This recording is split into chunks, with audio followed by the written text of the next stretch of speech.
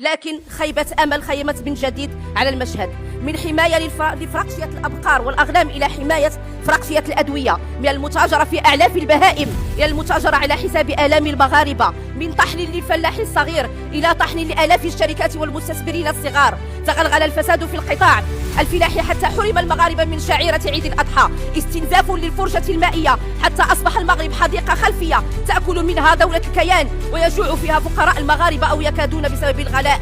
برامج استعجالية ضاعت ميزانيتها أدراج الرياح. وفيما يخص الأدوية نؤكد على ما قلناه البارحة ونكررها، نطالب بلجنة تقصي الحقائق، وبالنسبة لرجال الأعمال حتى واحد ما منعهم من ممارسة السياسة، ولكن في إطار المنافسة والشفافية واحترام القانون.